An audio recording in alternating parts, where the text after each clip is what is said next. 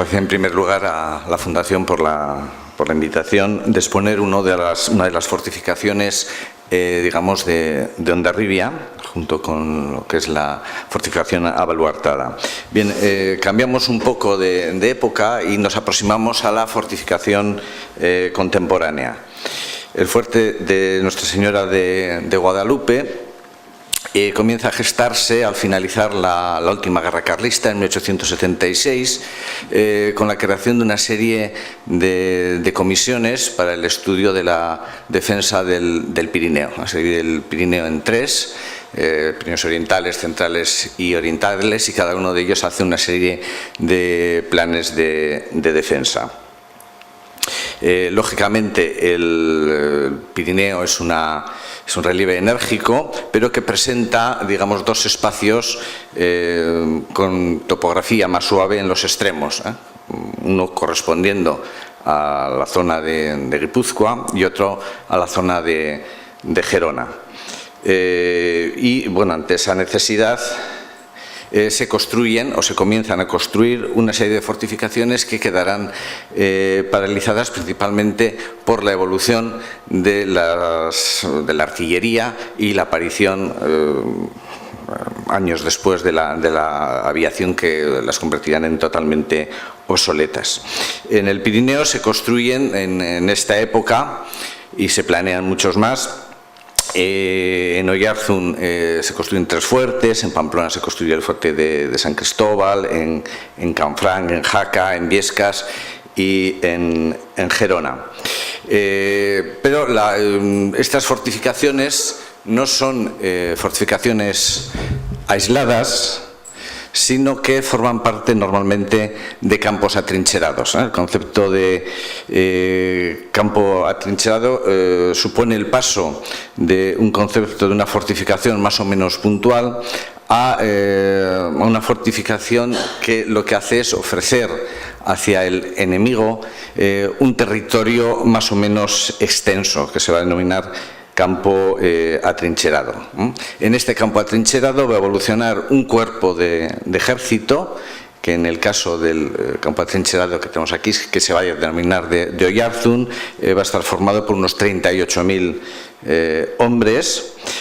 En los puntos topográficamente culminantes de este territorio van a instalarse fuertes artillados, y también otros elementos como baterías auxiliares, que no dependen de los fuertes, sino que van a dar cobijo a la artillería de ese cuerpo de ejército.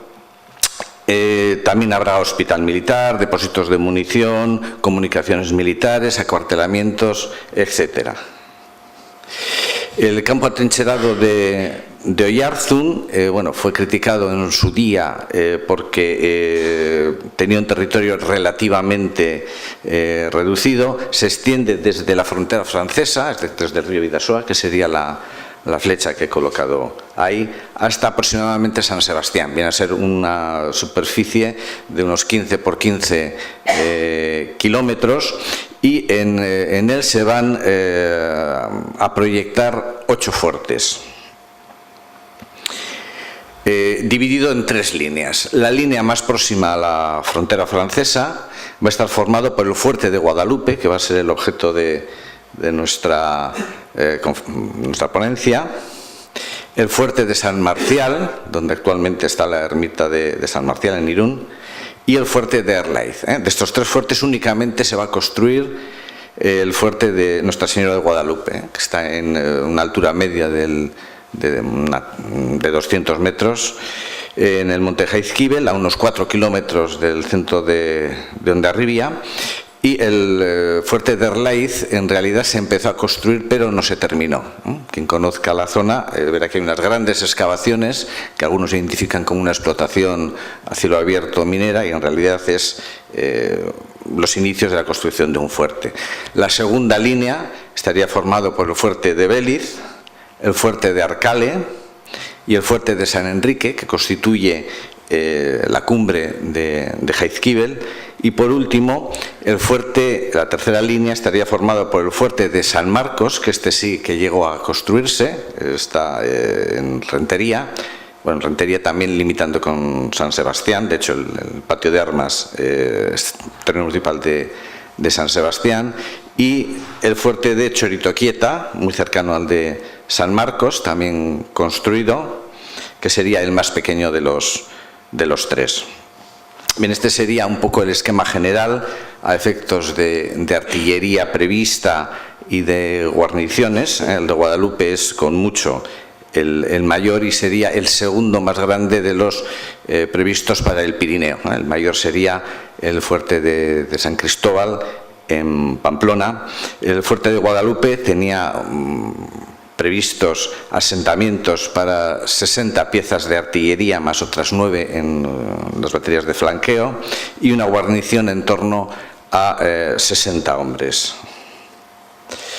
Bien, este tipo de fuertes forman parte de una fortificación totalmente, bueno, en parte diferente a la fortificación abaluartada, que es la fortificación poligonal. Entre sus varias características está la de que normalmente están rodeadas por un foso y que disponen de unos órganos especializados únicamente en la defensa de ese foso, que pueden ser de dos tipos, las caponeras y los cofres de contraescarpa. En el fuerte de Guadalupe únicamente se van a utilizar las caponeras. Antes de comenzar la construcción del fuerte en 1887 se comienzan los trabajos previos, que son importantísimos. Por una parte, a la hora de construir una fortificación es necesario el levantamiento topográfico. Se realiza el mismo. El segundo proyecto importante es la realización de una conducción de agua. También muy importante porque va a determinar, por ejemplo, si se construye aljibe o no en el interior de la fortificación. Al decidirse que se construía la conducción de agua, que va a tener una longitud de 3 kilómetros, un territorio montañoso, con lo cual tuvieron que hacer 2 depósitos de agua, depósitos de toma, incluso un pequeño acueducto. Bueno, se decidió no hacer al final el aljibe, que sería una fotografía del depósito de agua. Y esto viene a cuento también porque a la hora de realizar la protección de la fortificación es tan importante proteger lo que consideramos fortificación propiamente dicha como todas las infraestructuras vinculadas a la misma.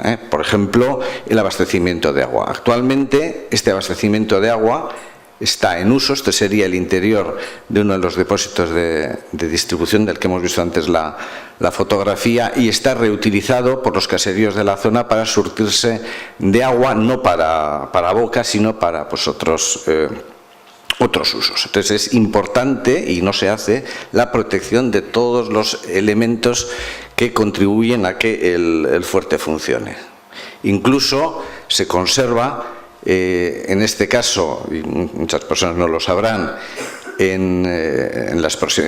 dentro del casco de Fuenterrabía, en la Alameda, la fuente que se construyó para dar agua al campamento de obra de la fortificación. Otro proyecto previo fue el que ya he mencionado antes, el campamento de obra, que tuvo 13 barracones donde estaban incluidos carpintería, herrería, cuerpos de guardia, taller de cantería, etcétera, etcétera. Eran obras, bueno, pues que costaban su tiempo realizar y tenían su utilidad, aunque luego se desmontaban. Bien, ¿de quién es el proyecto de la fortificación? Bueno, antes de hacer un proyecto, los ingenieros militares eran un cuerpo realmente muy cualificado, lo siguen siendo. El anteproyecto es realizado por los coronel y teniente coronel Rojí y Roldán, y ya se parece bastante al fuerte que se construyó. He señalado ahí 7 diferencias, por decir alguna. La más importante es que estaba prevista el acceso por la zona norte, que da al mar. Entonces, claro, habiendo que era la gola teórica de la fortificación. Entonces, estando el mar orientado hacia ahí, consideraron que era mejor colocarla en otro sitio, y así diferentes modificaciones que se hicieron. El proyecto definitivo de la obra será del teniente coronel de ingenieros Juan Roca, y esta vez era mallorquín y trabajaba en la comandancia de ingenieros de San Sebastián y acabó, cuando estaba finalizando el proyecto, siendo comandante de la misma. Estuvo viviendo aquí en Hondarribia durante bastante tiempo e incluso murió aquí. Y este sería la fotografía del proyecto original de Roca, donde he señalado también una serie de diferencias con lo que se llegó a construir. Si revisamos el proyecto original, veremos que es un proyecto relativamente escueto, con el cual pues difícilmente se podría construir el fuerte. Entonces, bueno, mirando la documentación que existe sobre el mismo, vemos que Roca a mano y en los años posteriores iba realizando estudios de detalle donde ya se especificaban perfectamente todas las cotas, medidas y demás que permitieron la construcción de la fortificación. Bien, la estructura del fuerte, iré bastante rapidito para no causar problemas con el horario. Hemos dicho que estaba rodeado totalmente por un foso, posee exteriormente al foso un camino cubierto y un glacis. Eso se parece de alguna forma a la fortificación abaluartada. En el interior del recinto formado por el foso, en realidad existen 3 obras diferenciadas, cada una de ellas con cota diferente. La cota inferior corresponde a lo que se denomina la obra del centro. Una cota intermedia está la obra de la derecha. La derecha sería la zona expuesta a Francia, la zona oriental, y la cota más alta correspondería a la obra de la izquierda, que sería la occidental. Bien, esto sería una vista del foso. Vemos que tiene una galería de escarpa, se ven perfectamente las aspilleras, y la contraescarpa simplemente es un muro de una zapata de 2,5 metros de anchura, y la parte superior varía entre 2 metros y 1,5.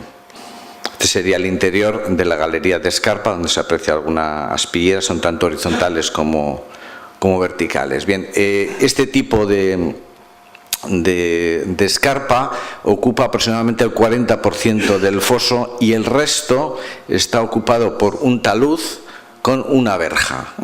Este tipo de estructura corresponde a una adaptación a la aparición de las granadas rompedoras. En francés se suele llamar el obús torpedo, vamos a decir, pero aquí sería la granada rompedora, porque si llegamos a tener una escarpa con un muro, al pegar el proyectil sobre el mismo, lo rompería lógicamente. Si tenemos un talud, pues causaría menos daño, y también a la verja haría lo mismo. La verja que vemos en la fotografía no es la verja original. Esta es una verja que yo llamo tipo villa, vamos a decir. La verja original era mucho más fuerte y además tenía elementos defensivos que impedían la escalada, con una serie de pinchos y de...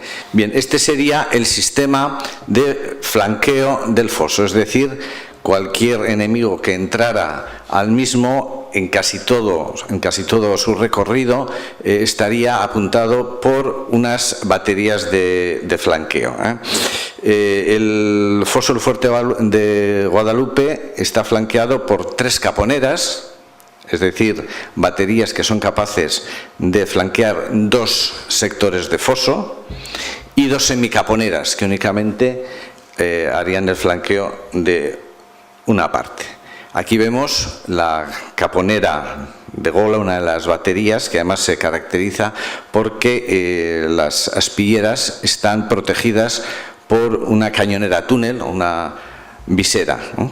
Estaría protegido, el mar estaría hacia la derecha de la fotografía, con lo cual estaría protegiendo un poco los disparos de las baterías de los barcos. Este sería el interior de una de las caponeras, y señala la flecha la cañonera donde iría un cañón Norderfeld de 5,7 centímetros en montaje específico para caponera, caracterizado por las ruedas pequeñas que permiten mover el cañón cómodamente por un espacio reducido, como es la caponera. Estos cañones, para los que no estén familiarizados con la artillería, disparan, entre otros proyectiles, botes de metralla, que vienen a ser el equivalente a un cartucho de caza, pero muy grande, con balas en lugar de balines, y que se disparan desde la propia boca del cañón. Tiene un alcance relativamente reducido, unos 300 metros, pero teniendo en cuenta que el foso, el tramo más largo, no llega a 200 metros, pues puede barrer perfectamente cada 2 segundos, porque es un cañón de tiro rápido, puede barrer perfectamente el mismo. La longitud del foso, no he comentado, es de 750 metros y la anchura varía en la zona que tiene galería de escarpa 8 metros, la zona que tiene talud 7 metros y la zona de las caponeras 6 metros. Las caponeras poseen también un fosete para impedir el acceso, lógicamente, del enemigo a las aspilleras y a la cañonera, y también para recoger las tierras que pudieran saltar al explotar los proyectiles enemigos en los terraplenes de blindaje. Bien, en la parte exterior del foso, como ocurre también en la fortificación abaluartada, tiene un camino cubierto con un parapeto donde se instalaría la infantería.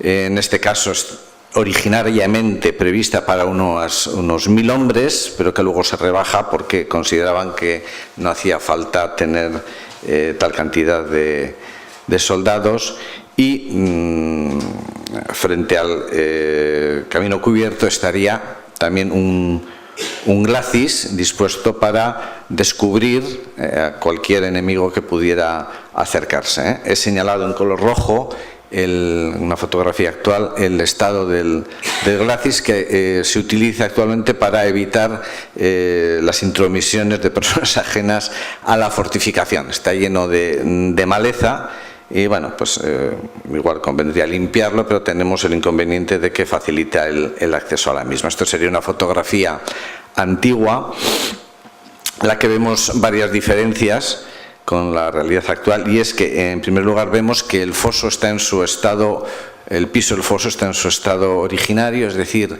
es tierra apisonada, mientras que actualmente, en los años 90 y tantos, se procedió, aprovechando la existencia de una escuela-taller en el interior del fuerte, se embaldosó. Entonces es un poco una medida un tanto extraña, pero en cualquier caso no es irreversible, porque en cuanto, bueno, con el paso de los años se irá dañando el suelo, y, bueno, pues me imagino que se podrá volver al original si es que interesa, Eso sí, favorece el paseo por el mismo. Para el manejo de la infantería existente en el camino cubierto, es decir, había que meterla y sacarla al interior del fuerte, existen 4 escaleras de contraescarpa, y enfrentadas a ellas otras tantas puertas de acceso al foso, o puertas de guerra, vamos a llamar. Una de ellas, la caponera de Ola, sería el fosete. Enfrentado a la misma estaría salvado por un puente levadizo, mientras que las otras 2 tendrían un puente retráctil a modo de lengüeta. Bueno, el glacis actualmente pues está ocupado por un bosque generacional. En principio, como decían antes, los glacis tendrían que estar totalmente desprovistos de vegetación, incluso estaba muy limitada la construcción de cualquier cabaña, etcétera, precisamente para poder dejar al descubierto cualquier enemigo que pudiera acercarse. Bueno, en el propio proyecto del fuerte se advierte que se podrían plantar, advierte, pinos, con objeto de favorecer el enmascaramiento de la fortificación, de forma que en este caso, bueno, pues digamos que el propio proyecto da pie a que sí pueda existir este bosque generacional. Pero bueno, también sería interesante el guardar algún pequeño espacio para que los visitantes pudieran entender lo que es el glacis y su función, porque si lo llenamos todo de árboles, al final no vemos la función, incluso llegamos a no ver digamos, el paisaje que da hacia donde podrían ir dirigidos la artillería. Bien, la defensa del acceso es un poco exhaustiva. Para empezar, he pintado con flechas blancas la parte del camino cubierto, que estaría defendido por él mismo, y luego he pintado en color rojo la trayectoria del camino de acceso. El acceso al fuerte de Guadalupe no tiene lugar, bueno, tiene lugar a través del foso, con lo cual tenemos que bajar a cota aproximadamente -6, y lo hacemos no en línea recta para evitar disparar de alguna forma sobre la puerta, sino que realizamos 2 curvas. Una vez que nos vamos acercando, van apareciendo elementos defensivos, como son 6 aspilleras que salen del cuerpo de guardia mirando hacia el camino de acceso, otras 6 aspilleras en el interior del túnel de acceso. Se forma un túnel porque en la parte de arriba tenemos el camino cubierto también. Tenemos un foso de 3,5 metros de profundidad en ese túnel que, digamos, está cubierto por un puente móvil. Ese foso está defendido a su vez por 2 lanzagranadas que parten del cuerpo de guardia. Tenemos una reja, que es se conserva la reja original con su portillo, y al fondo vemos una cañonera y 2 aspilleras, con lo cual permitiría un fuego similar al de una caponera. Es decir, cada 2 segundos podría disparar un bote de metralla con 190 y tantas balas. Esta sería la primera puerta, la puerta exterior, y luego tendríamos una puerta interior, ya vemos que tiene mayor decoración, y que bueno, estaría también defendida por la caponera, que he marcado con una A del fondo, por las aspilleras de la galería de escarpa, con lo cual el enemigo que intentara entrar por la puerta, vamos a decir, pues lo tendría bastante difícil. La puerta principal vuelve a repetir en parte la defensa de la primera puerta, es decir, un foso con su puente corredizo, en este caso 4 lanzagranadas, un matacán o aspillera de pie para disparar hacia el foso, y 2 aspilleras frontales, además de la verja. La fotografía aérea, la roja sería la obra del centro, la azul la obra de la derecha y la verde la obra de la izquierda. El fuerte tiene 5 patios, 2 corresponden a la obra de la derecha, 2 de la izquierda y 1 a la obra del centro. Esta sería una fotografía del patio de armas, el patio principal que pertenece a la obra de la izquierda, en el que bueno, pues se ven unas ventanas y unas formas con cierto interés decorativo, son formas arabizantes, y es porque bueno, pues aquí estaba el pabellón del gobernador del fuerte y de los oficiales de infantería. El arco herradura que se ve ahí corresponde al túnel de acceso. Este sería el segundo patio de la obra. Tenemos a la izquierda el cuartel de infantería y a la derecha otras estancias vinculadas al mismo, como son las letrinas de tropa, los aseos de tropa, la cocina y 3 almacenes de víveres. El cuartel de infantería está formado por 10 bóvedas rebajadas, mejor dicho 9, más la 10ª, que es la de la derecha, que es un almacén de distribución de munición. Este sería una de las bóvedas, se ven perfectamente hay las palomillas de las tablas mochileras. El cuartel tiene una capacidad aproximada de 350 personas y, bueno, aunque me he referido como un solo piso, en realidad tiene 3 pisos. El piso, digamos, donde está digamos, el alojamiento principal, un piso inferior que sirve también de galería de escarpa y un piso superior que es una batería de artillería. Bien, este es el almacén de munición y he dejado precisamente el estado en el que estaba hace un mes, porque ahora se ha limpiado todo y está perfectamente, con lo cual, bueno, pues ahora el fuerte se visita de una forma más agradable. Esto sería una sección del cuartel. Vemos el foso, al fondo vemos la batería de flanqueo, la flecha señala el piso inferior, que está ligeramente avanzado, con la galería de escarpa. El 4 señala el cuartel propiamente dicho y el 5 señala la batería de artillería en los 3 pisos. Bien, esto sería el tercer piso, que es la batería de artillería. Está formada por otras 10 bóvedas, la mitad, bueno, con 2 frentes, está estructurada como si fuera un barco, es decir, a babor y estribor tendríamos artillería. Sirve también de cuartel en condiciones extraordinarias. Se ven ahí perfectamente también las palomillas de las tablas mochileras.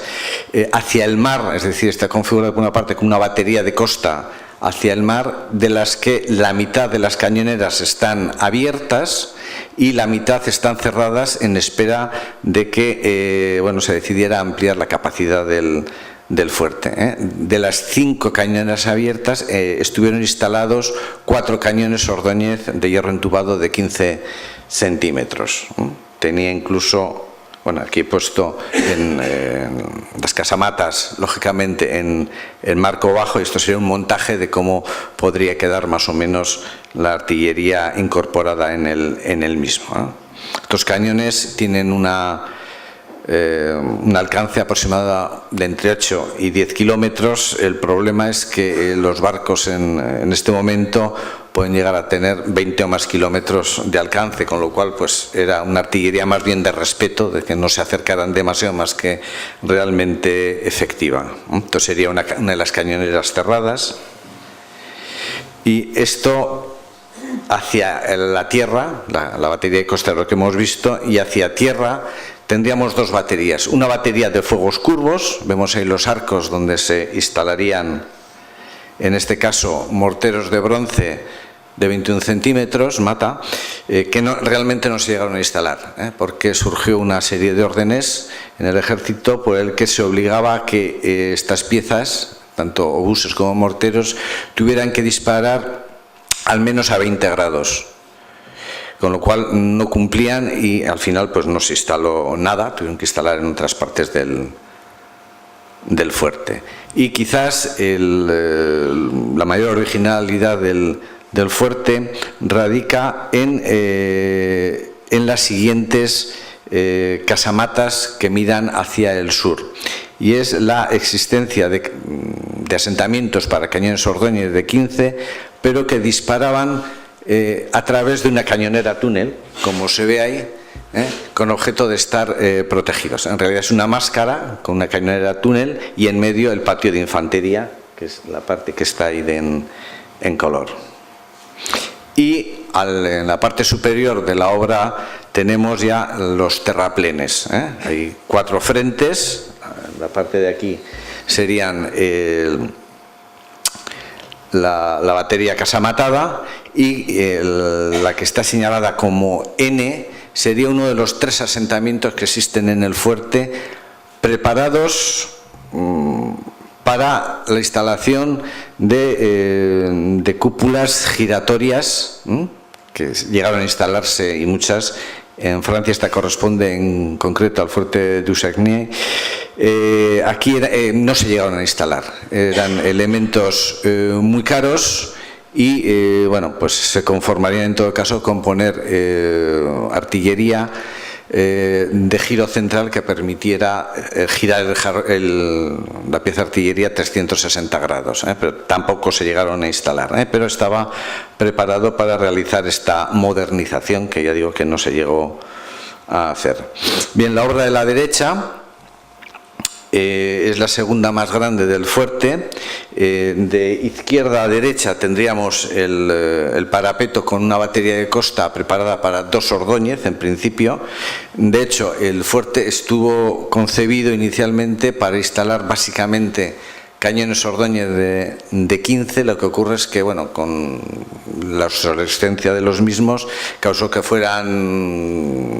se pensara en instalar otras piezas que ya veremos. Esta obra de la derecha, así como la de la izquierda tenía el cuartel de infantería, tiene el cuartel de artillería, que es más pequeña, tiene una capacidad de 100 artilleros, y está formada por bóvedas, 6 bóvedas, y unidas por una semibóveda que ocuparía la zona de comunicación.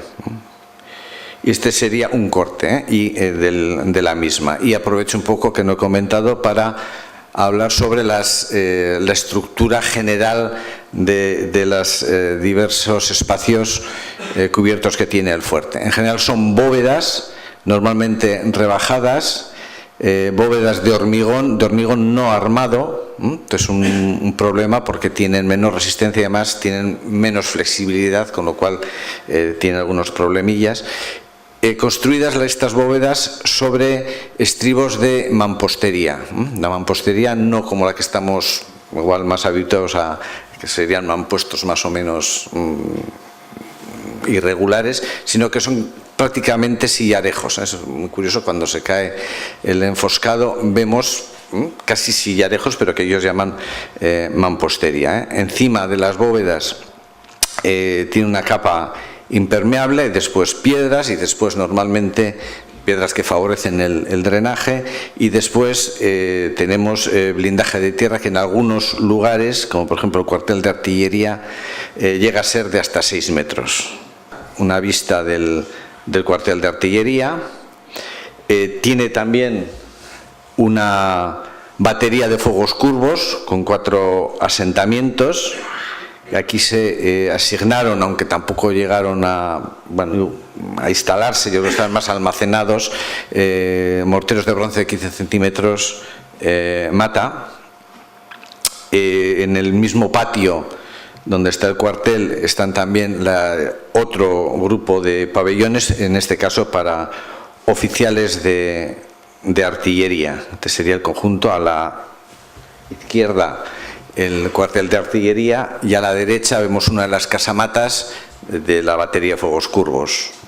Este sería el segundo patio, el oriental, el más oriental de la fortificación, de la obra de la derecha. Vemos ahí 2 puertas con rejas que corresponden, una al acceso a una semicaponera y otro a una caponera.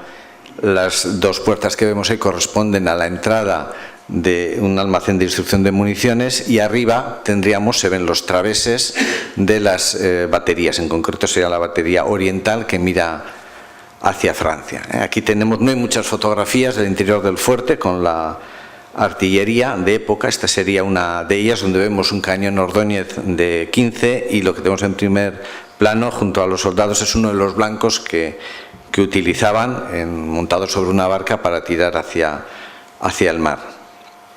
Esto sería otra fotografía.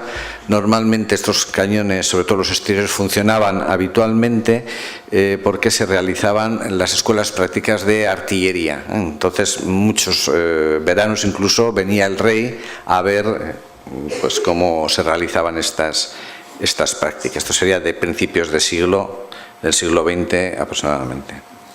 Y esta, por último, sería la obra del centro, sería la más pequeña, originariamente prevista para 8 cañones Ordóñez de 15 centímetros, pero los que conozcan, esas no corresponden a las esplanadas que se ven en el adarve de guerra, no corresponden a los Ordóñez, sino que son de cañones de bronce de 12 centímetros Plasencia.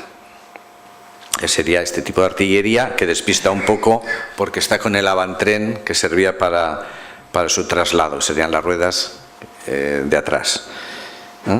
Este sería el patio de la obra del centro, con el acceso al tercer depósito de distribución de munición. Estos depósitos tendrían teóricamente que tener capacidad para que los cañones que dependían de la misma pudieran estar disparando al menos durante 8 horas, un día, o sea, durante 15 días.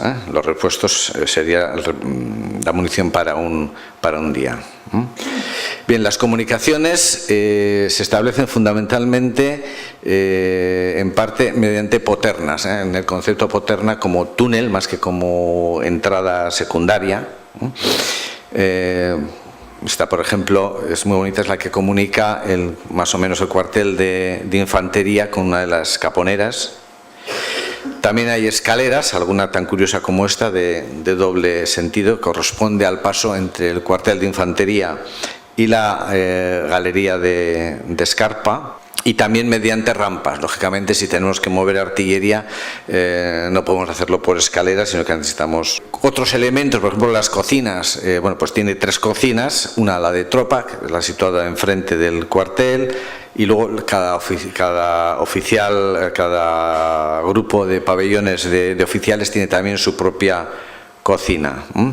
Hemos dicho también que tenía 3 depósitos de distribución de munición grandes, ¿no? Están situados uno en cada obra, y 20 repuestos de munición, de los cuales 7 corresponden a las caponeras de flanqueo del foso. Y también tenemos otros elementos que son los cocherones para guardar artillería, digamos, menuda, a resguardo en momentos en los que no se necesita su uso. Aparte de las piezas de artillería que hemos mencionado, consta que estuvieron asignadas o que estuvieron dentro del fuerte cañones Krupp de 15 centímetros medios 1875, 4 piezas al parecer. Aquí tenemos la demostración de uno de los problemas que tenía el fuerte, y es la nula adaptación de las explanadas donde iban colocados los cañones a la artillería. Entonces aquí vemos durante la guerra civil un grupo de milicianos disparando las piezas de artillería del fuerte, pero fuera del fuerte. La iglesia que se ve, el chapitel que se ve ahí es la de Guadalupe. También hubo cañones de bronce de 9 centímetros, Plasencia, de 4 piezas. Aquí tenemos los Saint-Chamond, que estos son los que hay en Pamplona. Son 4, similares a estos. O los de bronce, 21 centímetros, Plasencia en montaje de ruedas, el Lerdo Milán. Este corresponde en concreto a una fotografía de Arrecife, del castillo de San Gabriel. También, aunque no consta que estuvieran dentro de la fortificación, los morteros de bronce de 9 centímetros mata, que eran, he puesto ahí una fotografía para que se vean que eran muy pequeñitos, con lo cual los podrían trasladar de un lugar a otro según fuera necesario. Bien, y luego al lado del fuerte existe una batería auxiliar, que es la batería del Calvario, que es la única que se construyó de las 4 que estaban previstas. No vamos a hablar porque sería una fotografía de uno de los asentamientos, el parapeto a la derecha, bastante disimulado por la vegetación, con lo cual es un problema para que la gente lo perciba correctamente.